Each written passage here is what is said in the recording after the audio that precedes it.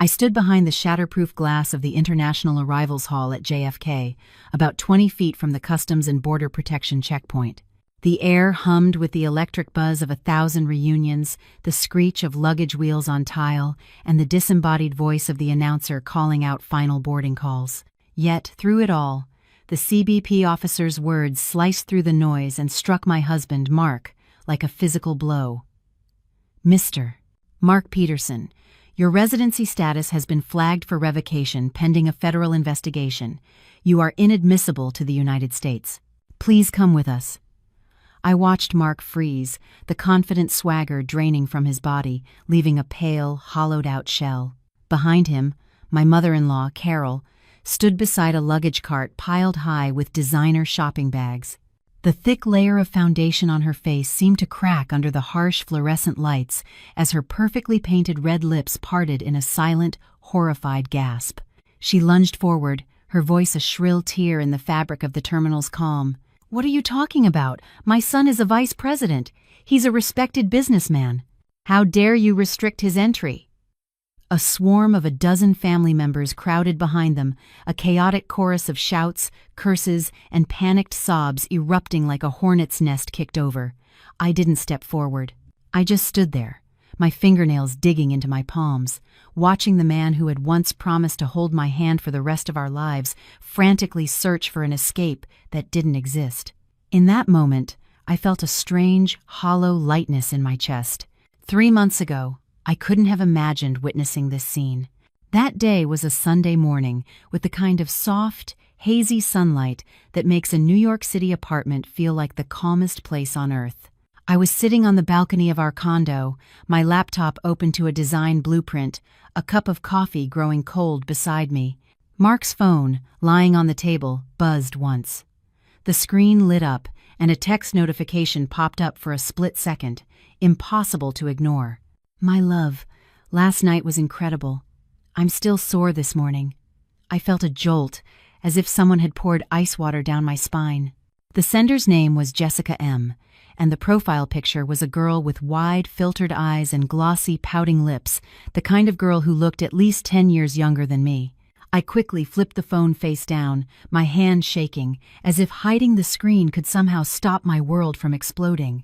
Mark walked out of the bathroom, a towel wrapped around his waist, the scent of the expensive sandalwood body wash I'd bought him trailing behind him.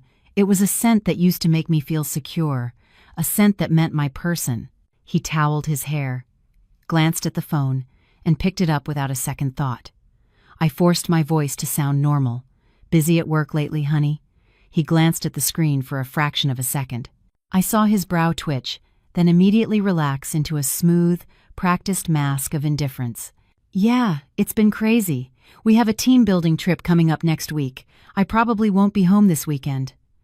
I looked out at the city, at the tops of the budding trees in the park below. "A team-building trip? Where to? Maybe the Keys? Not sure yet," he answered distractedly, his thumbs already tapping away at the screen. "I'm heading out now. Got a tea time with Frank." He disappeared into the bedroom to change. I sat motionless, my heart pounding a frantic, heavy rhythm against my ribs. I suddenly remembered something from the week before. While doing his laundry, I had found a matchbook from the Fontainebleau in Miami in the pocket of his suit jacket. When I'd asked about it, he'd breezily said he'd had a client meeting there, and I'd believed him. I believed him like someone who willingly puts on a blindfold. I picked up my phone, opened Instagram, and typed in the name Jessica M. It wasn't hard to find her. Her profile was public. I wasn't the type to stalk people online, but some unseen force compelled me to scroll. A few posts down, there it was.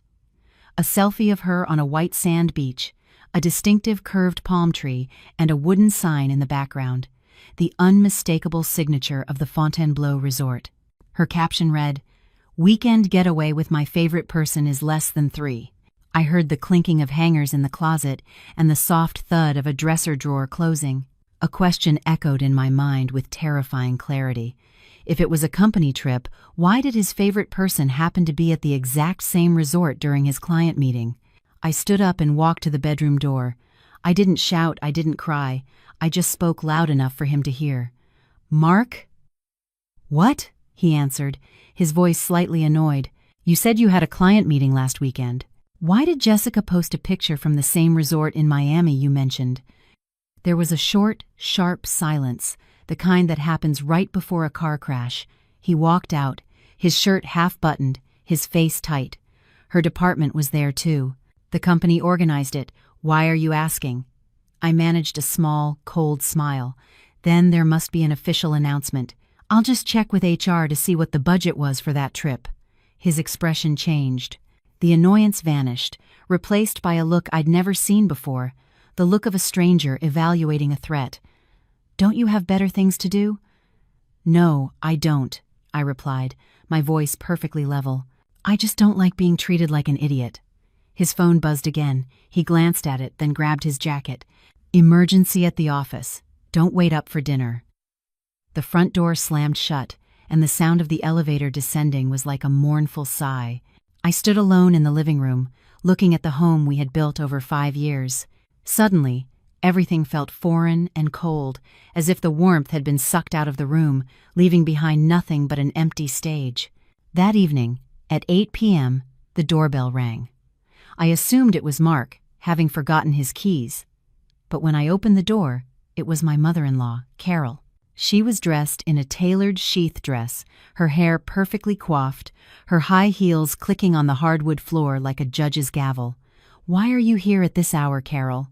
I asked, trying to remain polite. She pushed past me, her eyes scanning the living room with a disdainful air before settling on me. Her lips curled into a smirk. "I came to see what my brilliant daughter-in-law does that makes her husband so stressed he can't even have a peaceful weekend." I closed the door, a knot tightening in my stomach. "He's just busy with work, Carol." She laughed, a short, sharp sound without any humor. She ran a manicured finger across the coffee table and held it up as if it were covered in dust. "Busy with work, or busy finding a decent meal because he doesn't get one at home. A man needs a wife who knows her place." I clenched my fists. I had heard this speech, in various forms, for 5 years. She never saw the late nights I spent on my own design projects, the deadlines I met, the income I contributed. She only saw a wife who wasn't fulfilling the correct, traditional role. She sat down on the sofa, opened her designer handbag, and pulled out a small velvet box, pushing it across the table toward me. "I had this made for my first grandchild." She paused, her eyes locking onto my stomach with an accusatory glare. A real shame. I swallowed hard. Our 5-year struggle with infertility had been the noose around my neck. We'd seen specialists. The results were clear. The issue was with Mark. But in the theater of our family, the blame was always placed squarely on me. I was the one who was barren, the one who couldn't fulfill her duty, and Mark's silence on the matter was the knife that twisted deepest. I turned away, feigning calm. "Let me get you some water." "Don't bother," she snapped. "I'm here for Mark's passport." I spun around. "His passport? Why didn't he get it himself?" "He's busy," she replied dismissively. "The company is sending him on an overseas survey. A wife should be helping her husband, not asking stupid questions." She stood up and walked directly into our bedroom, rummaging through it as if it were her own. I followed, my heart pounding.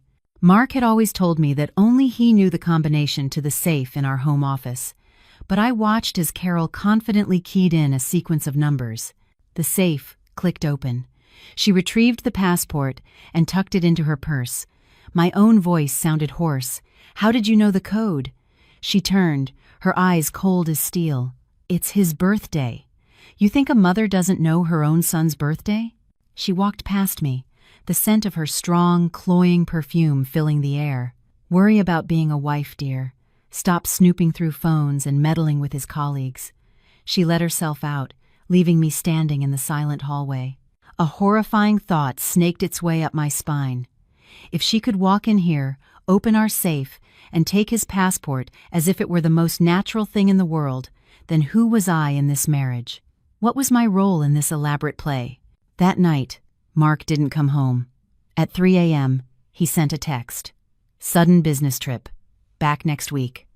I stared at the screen until it went dark. In the blackness of the room, I felt a tear slide down my cheek, cold against my skin. But the thing that scared me wasn't the tears. It was the terrifying clarity that was blooming in my mind, a slow, burning fire. I sat up, opened my laptop, and started digging. I pulled up our joint bank accounts, our credit card histories, every unusual expense I had previously ignored. I thought of the matchbook. I thought of Mark's panicked eyes when I said Jessica's name. I thought of Carol opening that safe, as if she'd done it 100 times before. In the dead quiet of the apartment, pierced only by the low hum of the refrigerator, I finally understood. This wasn't just an affair. It was an exit plan. And if I continued to play the part of the good, understanding wife, I would be the one left behind penniless, silenced, and blamed for not being able to keep my husband. I looked at the spreadsheet of our finances, then out the window at the first gray light of dawn breaking over the city. I spoke the words out loud to the empty room, slowly, as if nailing them to the floor. I will not be silent anymore. And that was the moment I decided to find the truth, no matter the cost. From the moment Carol's perfume faded from the hallway, a strange calm settled over me. The terror that had gripped me in the morning didn't disappear. It crystallized into something cold, hard, and clear. I was no longer a wife wondering if her husband was cheating. I was a woman standing in the middle of a conspiracy, and I was the target. I didn't cry. Tears were a luxury, a currency I could no longer afford. My mind, for the first time in months, was razor sharp. I walked over to the window, looking down at the bustling New York street, and understood with chilling certainty that if I continued to be the trusting, understanding wife, I would be erased. My name, my contributions, my 5 years of marriage, all of it would be deleted as cleanly as Carol had retrieved that passport. I picked up my phone. My first and only call was to Sarah. She was my best friend from law school, now a litigator so sharp she could fillet you with a deposition. She answered on the third ring, her voice thick with sleep. "Em, it's 6 a.m. Is the building on fire?" "Something like that," I said, my voice steady, which surprised even me. "I need you, Sarah, the lawyer you." An hour later, we were huddled in a corner booth of an all-night diner, the smell of stale coffee and bacon hanging in the air. I laid it all out: the text, the Miami matchbook, Carol's key, the passport.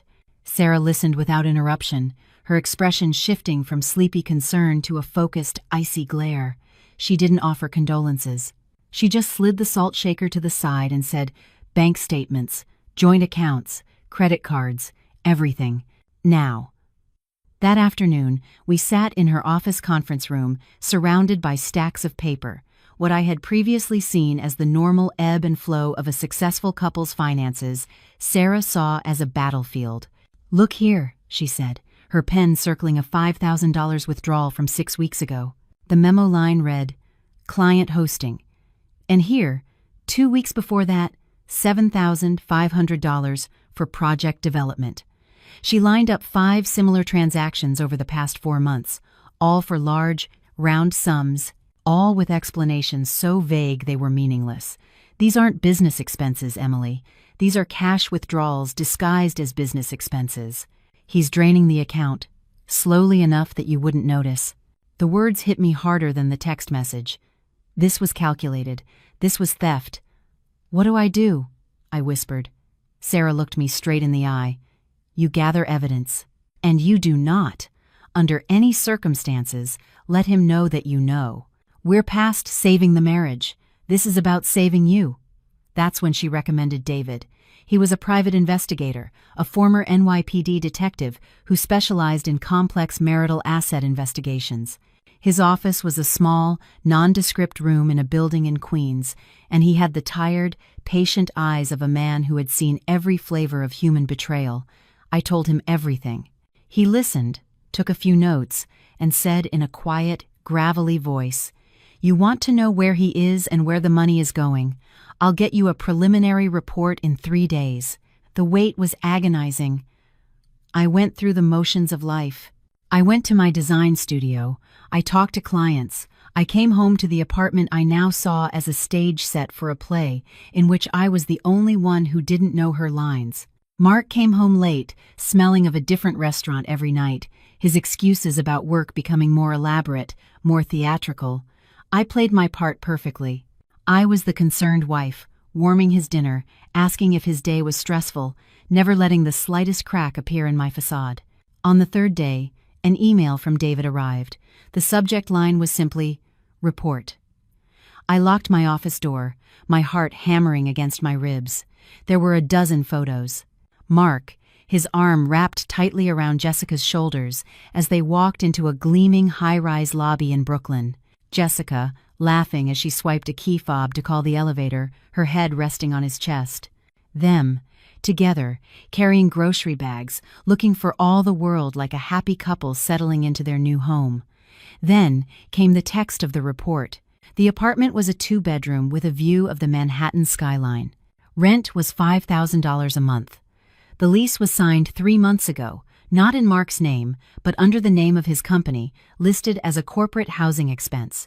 I sat back in my chair, the air leaving my lungs in a silent rush. He wasn't just cheating. He was building a whole new life, a parallel existence funded by our shared money. That night, I decided to push him, not with anger, but with questions. As we sat at the dinner table, I kept my tone light. "You seem so exhausted lately, honey. This big international project must be really taking a toll." He tensed up immediately. "It's a lot of pressure. We're in the final stages. Is it the one in Singapore you were talking about?" I asked, feigning innocent curiosity. A flicker of panic crossed his eyes before he masked it. "No, a different one. It's a European fund. Very complex." He was a terrible liar when you knew what to look for. He talked too much, adding unnecessary details, his hands fidgeting with his silverware. He built a fortress of words, and I let him, nodding and showing concern, all while my mind recorded every inconsistency. Later, as the sound of the shower echoed from the bathroom, a powerful intuition pulled me toward his home office. It was a room I rarely entered, respecting his need for space. But tonight, I knew something was in there. I didn't search frantically. I walked straight to his filing cabinet, to a drawer marked Archived. Inside, beneath old tax returns, was a plain manila folder with no label. My hands were shaking as I opened it. It was full of documents. Thick, official-looking application forms for a foreign investor visa program. It was a direct path to residency in another country. I flipped through the pages, and then I saw it. The main applicant, Mark Peterson, and listed as his dependent partner, the person who would receive a visa alongside him, Jessica Thorne. The sound of the water shutting off in the bathroom was like a gunshot in the silent apartment. I stood there, holding the proof in my hands. This wasn't just an affair to be hidden. It was an exit strategy. A meticulous, long-term plan to start a new life in a new country with a new partner. And I, his wife of 5 years, was not a person to be divorced. I was an asset to be liquidated and a liability to be left behind. The discovery of the visa application shifted something fundamental within me. The pain of betrayal, which had been a hot, searing agony, cooled into something far more dangerous: resolve. This was no longer a personal heartbreak. It was a strategic battle for my life. The life I had helped build, the assets I had contributed to, the future I had invested in, they were all being systematically dismantled and stolen from me. I wasn't just a wife being cheated on. I was a business partner being quietly and ruthlessly liquidated. The nights that followed were sleepless, but not from sorrow. They were spent in the quiet glow of my laptop screen, my apartment transformed into a war room. Every night, after Mark's steady breathing filled the bedroom, I would slip out and begin my work. I became a digital ghost, moving silently through our shared history, gathering the fragments of their conspiracy. I downloaded years of bank records, credit card statements, and investment portfolios. I created a timeline, cross-referencing Mark's business trips with Jessica's social media posts and the large, unexplained cash withdrawals. The pattern was undeniable. It was a meticulous, slow-motion heist. I photographed every document in his office, every scrap of paper, every business card. I saved every suspicious email and text message, creating a digital fortress of evidence. Nothing was too small. Everything was stored on two separate encrypted hard drives. One I hid in a hollowed-out book at my studio, the other I gave to Sarah. My trust had been atomized. I wasn't taking any more chances. A week later, Carol called. Her voice was like warm honey, a cloying sweetness that made the hairs on my arms stand up. "Emily, darling, it's been too long. We're having a family dinner on Sunday, just a casual get-together. We'd love to see you." I knew it wasn't an invitation. It was a summons. They needed to see me, to gauge my ignorance, to make sure the lamb was still silent. "Of course, Carol," I said, my voice perfectly pleasant. "I'll be there." I walked into their Tudor-style house in Westchester, feeling like an undercover agent entering hostile territory. The air was thick with the scent of roasted chicken and unspoken tensions. Mark was there, along with his father and his aunt, the whole inner circle. They greeted me with wide, false smiles and questions about my work that they had no interest in hearing the answers to. We sat at the long mahogany dining table, the same table where I had celebrated holidays and birthdays, feeling like a fool. Carol sat at the head of the table, a queen surveying her court. After a few minutes of strained small talk, she began. "You know, Emily," she said, dabbing her lips with a linen napkin, "Mark and I were just talking the other day. 5 years is a long time. This big house feels so empty without the sound of children's laughter. The attack was so classic, so perfectly passive-aggressive, I almost had to admire its efficiency. She was painting me as the barren wife, the source of disappointment, the reason her son might need to look elsewhere for fulfillment. The entire table went quiet, all eyes on me. The old Emily would have flushed with shame, mumbled an apology, and shrunk into herself. The new Emily took a slow sip of water, placed her glass down with a soft click, and smiled. "That's a conversation for another time, Carol. Right now, I'm just so fascinated by this big overseas survey Mark is preparing for. It sounds like such a huge opportunity." The shift was palpable. I had refused to take the bait and had thrown a grenade of my own onto the table. Mark nearly choked on his wine. His father cleared his throat loudly. "Yes? Well, it's a very demanding project," his father mumbled, looking at Mark for a cue. "It's a preliminary market analysis." Mark jumped in, his voice a little too high. "We're exploring expansion into the European market." "Oh, that's wonderful," I said, my voice full of false enthusiasm. "So it's a company-wide initiative?" Carol cut in smoothly. "It's a very sensitive, high-level survey, dear. Only for senior management." They were a well-oiled machine of deceit, each one jumping in to patch the other's lies. But in their haste, their stories were a mess of tangled threads. It was a corporate survey, but it was sensitive. It was for the company, but only for them. Their eyes darted between each other, a silent, panicked communication passing around the table. In that moment, I saw it all with perfect, horrifying clarity. It wasn't just Mark and his mother, it was all of them. They were all in on it. They had sat around this very table and planned my obsolescence. I was the family's inconvenient truth, and they were all working together to delete me. I excused myself early, claiming a headache. The drive back to the city was a blur. The dinner hadn't broken me. It had forged the final piece of my resolve. They saw me as an obstacle, something to be managed and discarded. They were about to find out how big of an obstacle I could be. The next morning, a call from David added a new, terrifying dimension to their plan. "Got something for you, Emily," he said, his voice grim. "Mark and his mother were in Florida 2 weeks ago." Florida? They weren't on vacation. I got a source to pull the preliminary title report on a new development in Collier County. They finalized the purchase of a 4-bedroom house. Cash sale. My blood ran cold. Let me guess. Not in their name. Paid for by a wire transfer from a shell corporation Mark set up 6 months ago, David confirmed. And the title is "In the Name of a Third Cousin of Carol's who lives in Ohio." Clean as a whistle. They're not just leaving the country, Emily. They're hiding assets, and they're doing it fast. I hung up the phone and looked around the apartment, at the life I thought was mine. It was all a lie. Every piece of art, every piece of furniture was just a temporary prop. They weren't just building a new life. They were building a fortress to protect what they were stealing from me. My quiet, methodical evidence gathering was no longer enough. I was in a race against time. The news about the Florida property was the final alarm bell. They weren't just running, they were scorching the earth behind them, ensuring that by the time I realized what was happening, there would be nothing left but ash. The leisurely pace of my investigation was over. This was now a frantic sprint against a ticking clock.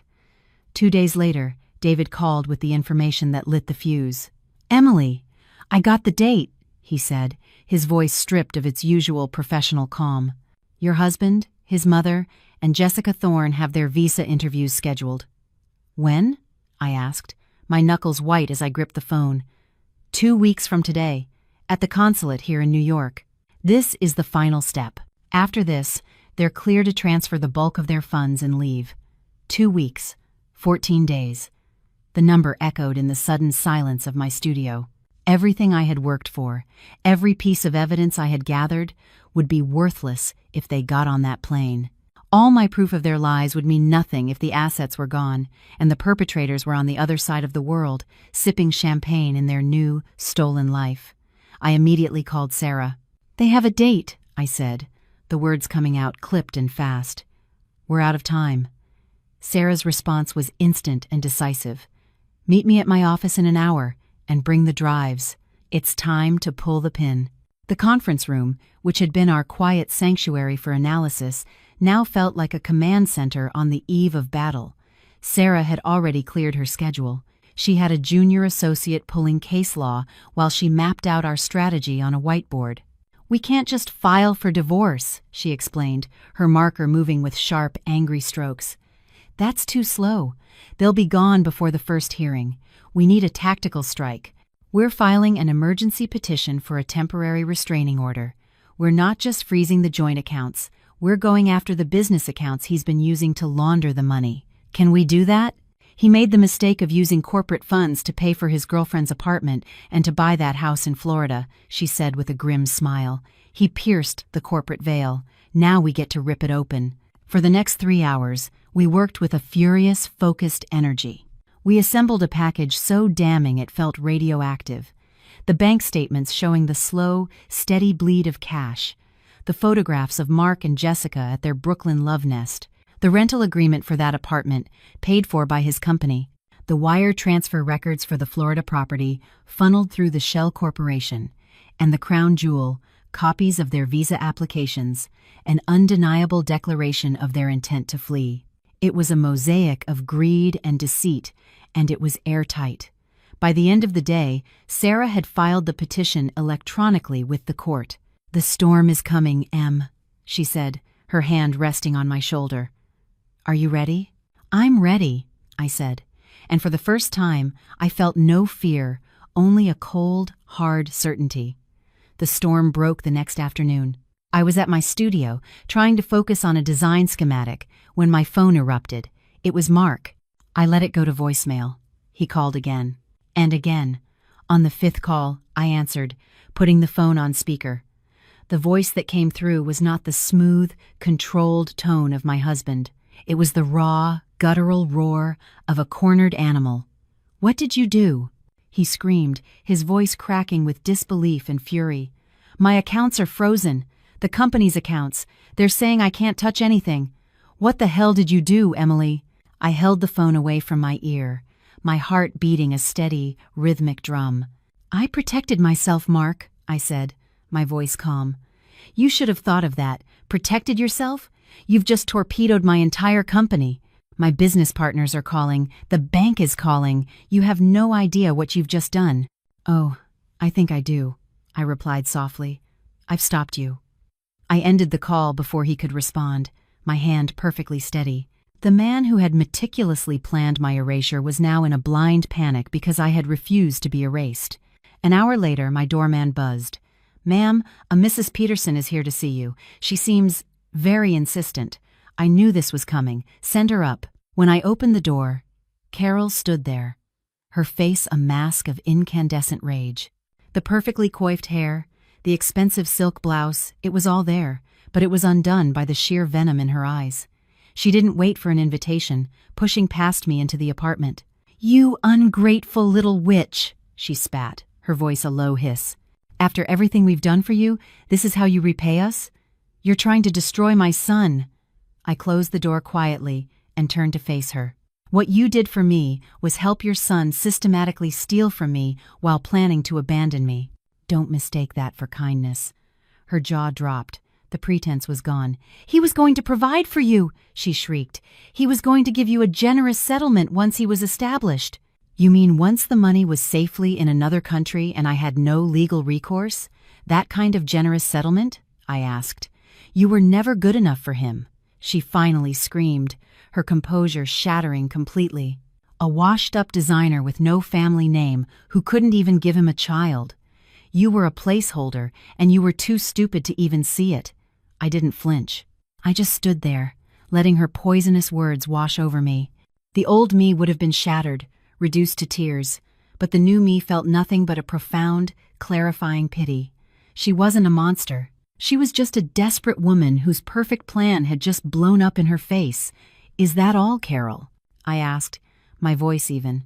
"Because if you're done, I have work to do." Her face contorted, and for a second, I thought she might strike me. Instead, she just turned and stormed out, slamming the door so hard a picture frame rattled on the wall. I stood alone in the sudden silence.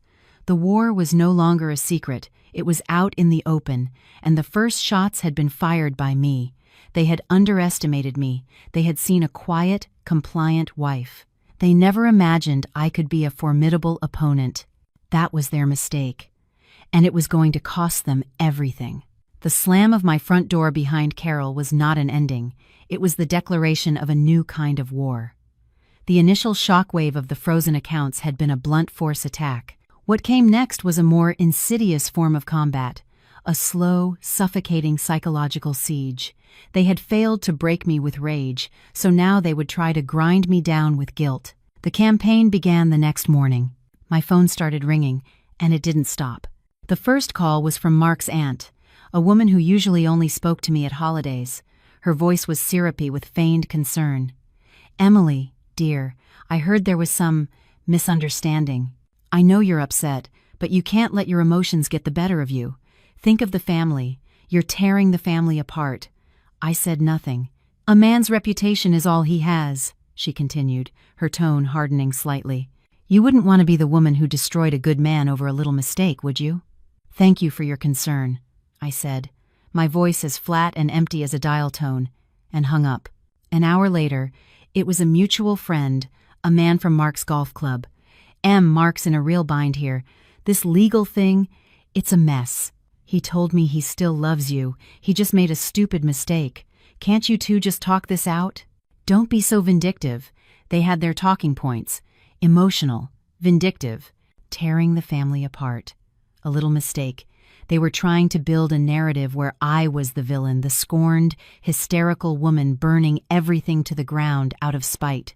They were trying to make me doubt my own sanity, to isolate me until I believed their version of reality. Mark himself was a master of this psychological whiplash.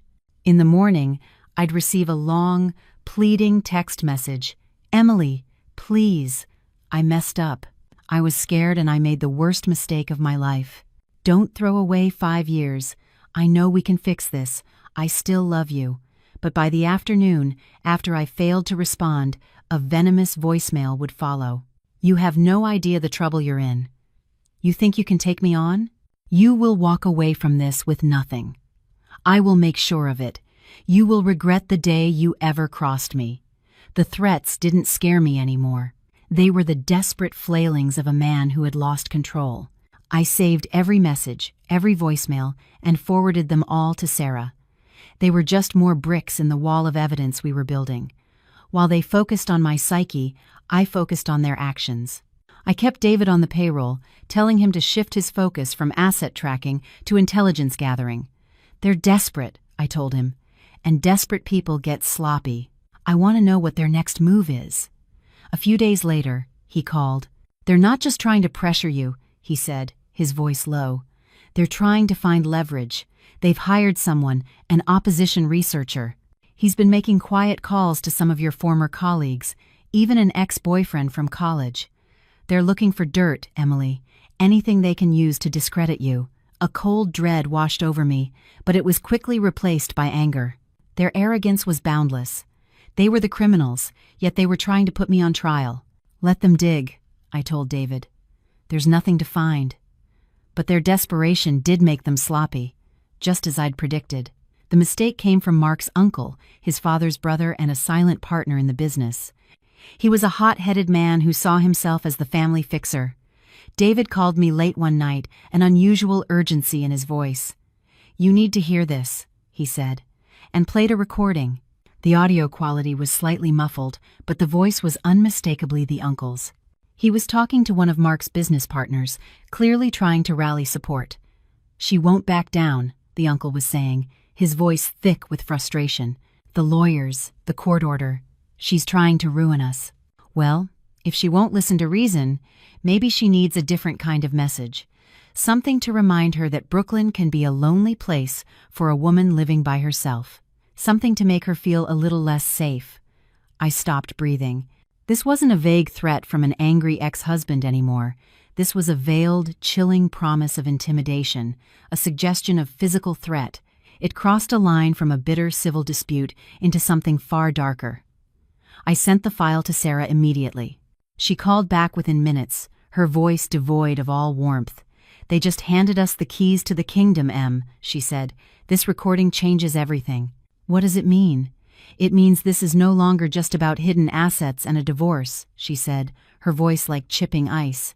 "This is conspiracy to commit fraud, wire fraud, and now, with this recording, it's witness intimidation. These are federal offenses. We're taking this to the district attorney." The next morning, I met Sarah outside the formidable stone building of the U.S. Attorney's Office for the Eastern District of New York. The gravity of the step we were about to take settled on me like a physical weight. This was the point of no return. We weren't just fighting for my share of the marital assets anymore. We were handing over a mountain of evidence, the systematic fraud, the hidden properties, the intimidation tactics, and asking the federal government to intervene. As we walked up the steps, I thought of the woman I was just a few months ago, the wife who believed in teamwork and trust. She would never have recognized the person I was now, walking into a federal building to submit a criminal complaint against her own husband and his family. They had wanted to erase me quietly. Instead, I was about to make sure their crimes were exposed under the brightest, most unforgiving lights imaginable. Handing over that final package of evidence to the district attorney's office felt like releasing a boulder from the top of a mountain. For months, I had been the one pushing it uphill, fighting for every inch, bearing its entire weight. Now, it was rolling away from me, gathering its own momentum, and I could only stand back and watch its inevitable, destructive path. We didn't hear anything for a week. The silence was a new kind of tension. The quiet before a hurricane makes landfall. Then, the first tremor hit. It wasn't a front-page exposé in the New York Times. It was something more subtle, more modern. A post on a niche financial blog, one read religiously by a small but influential circle of investors and executives. The headline was, "Clinical, NYC real estate firm under internal review amid allegations of illicit fund transfers." The article didn't mention Mark by name. It didn't need to. It detailed an anonymous executive at a mid-sized, family-run firm who was accused of using corporate shell companies to hide assets during a contentious divorce proceeding. It mentioned a property in Florida and a pending foreign investor visa. The details were so specific, so precise, that within Mark's world, it was the equivalent of a public indictment. The snowball started rolling. Sarah called me that afternoon. "One of my old classmates works at Mark's firm," she said. "The place is in chaos. They've hired an outside forensic accounting team. The partners are in damage control, trying to distance themselves from Mark as fast as they can. The professional reputation Mark and his family had cultivated for decades was his armor. It was the source of their power, their arrogance. And now, it was beginning to shatter. Within days, the story was picked up by a larger business journal, still withholding names but adding more detail. Mark, the man who had threatened that I would walk away with nothing, was suddenly becoming a pariah in his own kingdom. His partners stopped taking his calls. The company's bank froze their line of credit pending the outcome of the audit. He was no longer a powerful man facing a personal problem. He was a liability threatening to sink the entire ship. The arrogance that had fueled his family's attacks evaporated, replaced by a frantic, suffocating panic. The pressure campaign against me ceased entirely. There were no more calls from concerned aunts or threatening uncles. Their world was imploding, and they were too busy trying to find cover to worry about me. Then came the call I knew was inevitable. It was late on a Thursday night. I saw Carol's name flash on the screen and I almost didn't answer. But I knew I had to hear this. "Hello?" I said. The voice on the other end was unrecognizable. The icy, condescending matriarch was gone. In her place was a woman gasping for air between broken sobs. "Emily, Emily, please," she wept, her voice ragged. "You have to stop this. Please. They're going to ruin him. They're going to ruin my son." I listened, my own heart a cold, heavy stone in my chest. I felt a flicker of something, not pity, exactly, but a profound sadness for this wreckage of a woman. She was a villain, yes, but she was also a mother, watching her world burn. "They're talking about charges, Emily," she stammered. "Criminal charges, his whole life, his career, it's all going to be over. You can't let this happen. You have to go back to them. Retract your statements. Tell them it was all a misunderstanding." Her words revealed a breathtaking ignorance of the world she had stumbled into. She still thought this was a family squabble, a disagreement that could be called off, a mess that could be swept under the rug if only I would be the good, quiet wife again. "Carol," I said, my voice gentle but firm, "that's not how this works. I can't retract anything. The evidence is the evidence. This is in the hands of the U.S. Attorney's office now. It's far beyond my control." A desperate, animalistic wail came through the phone. "But you started it. You can end it. I'm begging you, Emily. As a mother, I am begging you. Don't do this to him. Don't destroy my boy."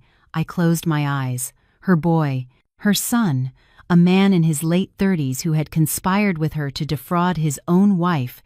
"I didn't do this to him, Carol," I said quietly. "You all did this to yourselves." I ended the call, my hand trembling slightly. The immense pressure they had tried to exert on me, the campaign of isolation and intimidation, had boomeranged. It had flown back with the force of a hurricane, trapping them in the very corner they had tried to shove me into. They were no longer the powerful, untouchable family looking down on me. They were just a collection of terrified people, staring into an abyss of their own making, with no way out. And so, we arrived back where we began, at JFK International Airport, Terminal 4, amid the chaotic symphony of rumbling luggage wheels, multilingual announcements, and the weary footsteps of 1,000 converging journeys. For me, however, it was the end of one. My journey. The final divorce decree had been granted a week prior. It was an unceremonious affair, signed by a judge in a quiet courtroom, a legal severing of a life that had already been emotionally amputated months ago. Sarah had called me that morning. The U.S. Attorney's office flagged their passports in the system last night, she said. They're scheduled to land at 3:15 p.m. "You don't have to be there, Em." "I know," I replied, "but I think I need to be. I wasn't there for revenge. I wasn't there to gloat. I was there to witness the closing of a door, to see with my own eyes that the ghosts of my past could no longer follow me into my future." So I stood behind the glass partition separating the sterile international arrivals hall from the waiting public, a ghost myself, invisible to the drama about to unfold. I saw them before they saw the officer. They came through the automatic doors in a triumphant procession, a conquering army returning from a successful campaign. There were 12 of them in total, a clan united in their deceit. They were tanned, glowing from the Caribbean sun, decked out in expensive linen and designer sunglasses. Their luggage carts were overflowing with duty-free bags, Chanel, Gucci, Hermes, the spoils of a victory they believed was already won. In their breathtaking arrogance, they had gone ahead with the trip. While their assets were frozen and a federal investigation was closing in, they had decided the best defense was a brazen offense. They had flown to street. Bartson staged a lavish destination wedding for Mark and Jessica, a final, defiant act of creating their new reality. Mark was at the center of it all, beaming, his arm possessively around Jessica's waist. She was laughing, holding up her hand to show off a new, ostentatious diamond ring to Carol. And Carol, she looked happier than I had ever seen her, her face a mask of smug satisfaction. She had finally gotten the daughter-in-law she wanted. She had won. They approached the Customs and Border Protection line, loud and boisterous, cutting in front of other, more weary travelers. They were a force of nature, an entity that believed the rules did not apply to them.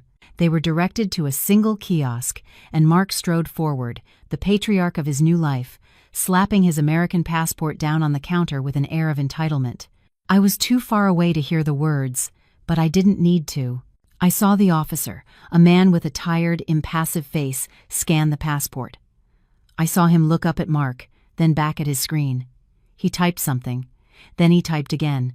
The laughter from the family behind Mark began to die down as the silence from the kiosk stretched on. The officer leaned forward and spoke, his voice too low to carry, but his meaning as clear as the glass in front of me. Mark's confident posture stiffened. He leaned in, said something, his tone clearly annoyed. The officer didn't react. He simply picked up a phone. A moment later, 2 more officers appeared, their expressions unreadable. This is the moment I described at the very beginning, the moment when a quiet, procedural exchange became the epicenter of a life collapsing. One of the new officers stepped forward, his voice calm, but carrying an unmistakable authority that cut through the terminal noise. "Mr. Mark Peterson?" Mark nodded, his face starting to pale. "Sir, your residency status has been flagged for revocation, pending a federal investigation into wire fraud and conspiracy. You are currently inadmissible to the United States. Please come with us." Inadmissible.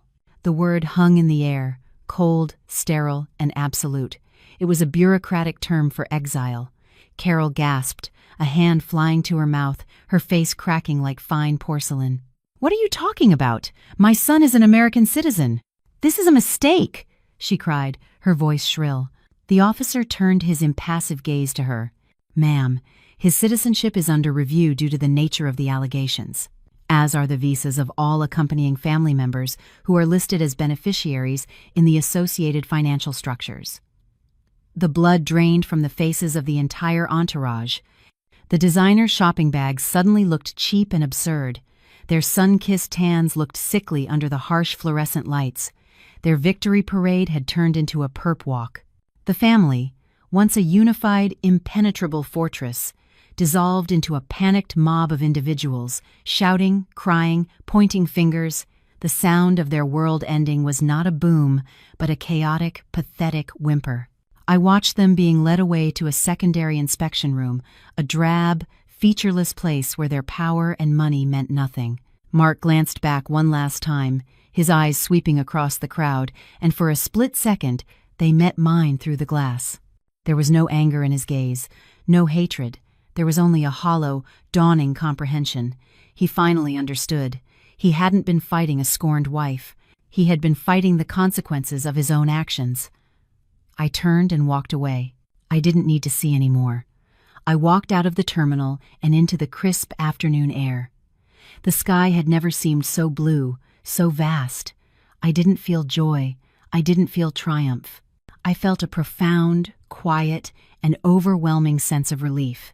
The war was over. The ghosts were banished. And for the first time in a very long time, I was free. In the months that followed the chaotic scene at JFK, my life did not magically reboot. There was no sudden, cinematic transformation. Instead, there was a great and profound quiet. The constant barrage of calls, threats, and legal maneuvering was replaced by a silence so complete it was almost disorienting. The war was over, but I was a soldier left standing alone on a silent battlefield, and I had to learn how to live in the peace I had fought so hard for. The first thing I did was reclaim my space. The apartment, once a stage for Mark's lies, felt haunted by a life that was never truly mine. So, I began to dismantle it. I packed away every photograph, every gift, every piece of furniture that held a memory of him. I hired painters and had the walls, once a tasteful but muted beige of his choosing, painted in warm, vibrant colors that I loved. I sold the heavy, imposing furniture and replaced it with pieces that were lighter, more modern, more me. Slowly, the apartment began to feel less like a crime scene and more like a sanctuary. My work became my anchor. My design studio, the one thing that had always been solely mine, was where I poured all the energy that had once been spent on anxiety and suspicion. I took on a challenging new project, designing a boutique hotel in the Catskills, and lost myself in the creative process. In the clean lines of a blueprint, in the harmony of color palettes, I found a sense of order and control that had been absent from my life for so long. My clients saw a focused, passionate designer. They had no idea that every completed room was a small act of rebuilding my own soul. I reconnected with the friends I had drifted from, not because Mark disliked them, but because the sheer weight of my marital problems had made me an absent friend. We had long dinners, took weekend trips to the coast, and talked for hours about everything and nothing. I never made my ordeal the centerpiece of our conversations. I didn't want to be defined by my trauma. I was Emily, the friend who gave terrible dating advice but great design tips, the one who laughed too loud at bad movies. I was rediscovering the person I was before I became Mark's wife. 6 months after the airport incident, Sarah and I sat on my newly reupholstered sofa, drinking wine. "Have you heard anything?" I asked, the first time I had brought it up in a long while. She took a sip. "The legal machine grinds slowly," she said. "The federal case against him and his family is moving forward. It's a mess of fraud and conspiracy charges. He'll likely face prison time. The rest of them are entangled in it, financially and legally ruined. They lost everything because they were too greedy to lose a little." I nodded, feeling a strange detachment. His fate was no longer my concern. It was just a story about someone I used to know. "Do you ever think about dating again?" she asked gently. I looked around my living room, at the art I had chosen, the books I was reading, the soft glow of a lamp in the corner. "Honestly, I'm not lonely," I said, and the truth of that statement settled peacefully in my chest. I spent so many years trying to be the perfect partner in a team that I forgot how to be a complete person on my own. I think I need to get to know her again before I introduce her to anyone else. My ordeal taught me painful, invaluable lessons. I learned that trust, without transparency, is just a liability. I learned that financial independence isn't just a career goal, it's a lifeline. And I learned that my own intuition, the quiet voice I had silenced for so long out of a desire to be agreeable, was the most powerful tool I possessed. My story doesn't end with me finding a new, better man. It ends with me finding a new, better version of myself.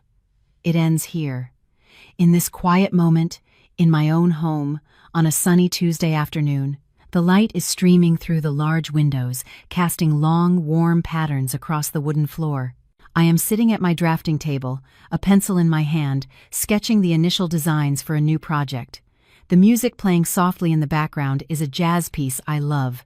The room is filled with the scent of fresh coffee and the quiet hum of a city alive outside my window.